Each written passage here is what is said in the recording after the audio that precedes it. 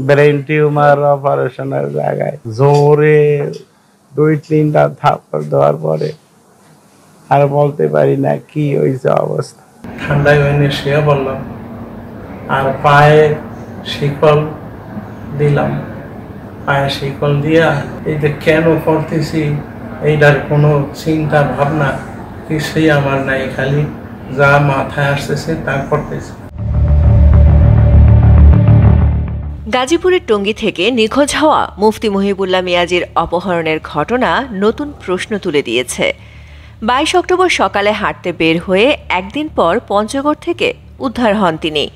অভিযোগ ছিল তাকে জোরপূর্বক অপহরণ করে নির্যাতন করা হয়েছিল। তবে পুলিশ এখন দাবি করছে এটি ছিল একটি সাজানো নাটক।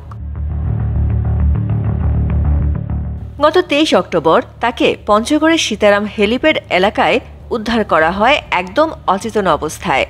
তবে তিনি দাবি করেন তাকে জোরপূর্বক অপহরণ করা হয়েছিল এবং প্রায় 24 ঘন্টা ধরে তার উপর চলেছিল নিপীড়ন। এক পর্যায়ে তাকে গাছের সাথে শিকল দিয়ে বেঁধে ফেলে রাখা হয়।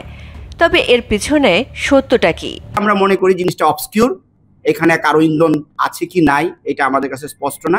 গাজীপুর মেট্রোপলিটন পুলিশ তদন্তে নেমে একে একে বেশ কিছু চমকপ্রদ তথ্য আবিষ্কার করেছে।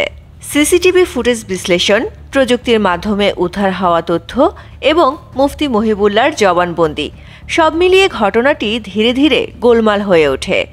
মুফতি মুহিবুল্লাহ স্বীকার করেছেন তার দেয়া এজাহারের অনেক তথ্য সত্যি নয়। পুলিশ কমিশনার মোহাম্মদ তাহেরুল হক চৌহান বলেন, মুফতি মুহিবুল্লাহ সকালে হাঁটতে বের হয়ে একসময় জয়দেবপুর চৌরাস্তায় পৌঁছান।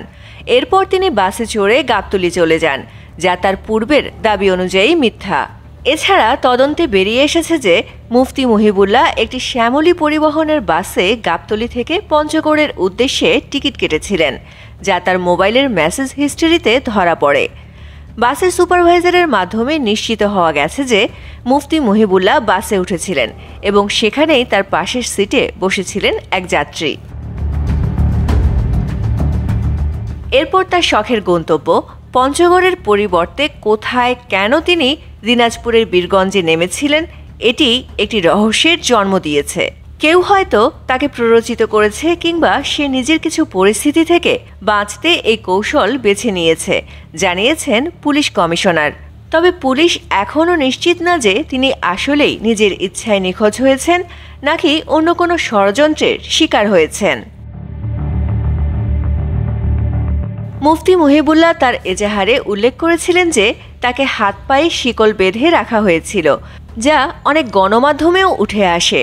কিন্তু সবচেয়ে বড় প্রশ্ন, পুলিশ বলছে শিকল কোথা থেকে এলো, কেননা নিখোঁজ হওয়ার সময় বা পরে কোনো জায়গায় শিকল পাওয়ার খবর পাওয়া যায়নি। পুলিশের কাছে এখনও এই প্রশ্নের উত্তর নেই। কিছুই আমার কাছ থেকে পাওয়া যায় নাই। আমি সমস্ত কিছু বুঝতে পারছি যে আমার ভুল আমারই অন্যায়। এ ঘটনার পেছনে কারো ইন্ধন ছিল নাকি এটি মুফতি মুহিবুল্লাহ নিজস্ব পরিকল্পনা, সেই রহস্য এখনও রয়ে গেছে অমীমাংসিত। যতদিন না এই প্রশ্নগুলোর উত্তর পাওয়া যায় ততদিন গাজীপুরের এই অপহরণ নাটক শহরের আলোচনার কেন্দ্রে থাকবে। MCTV, US।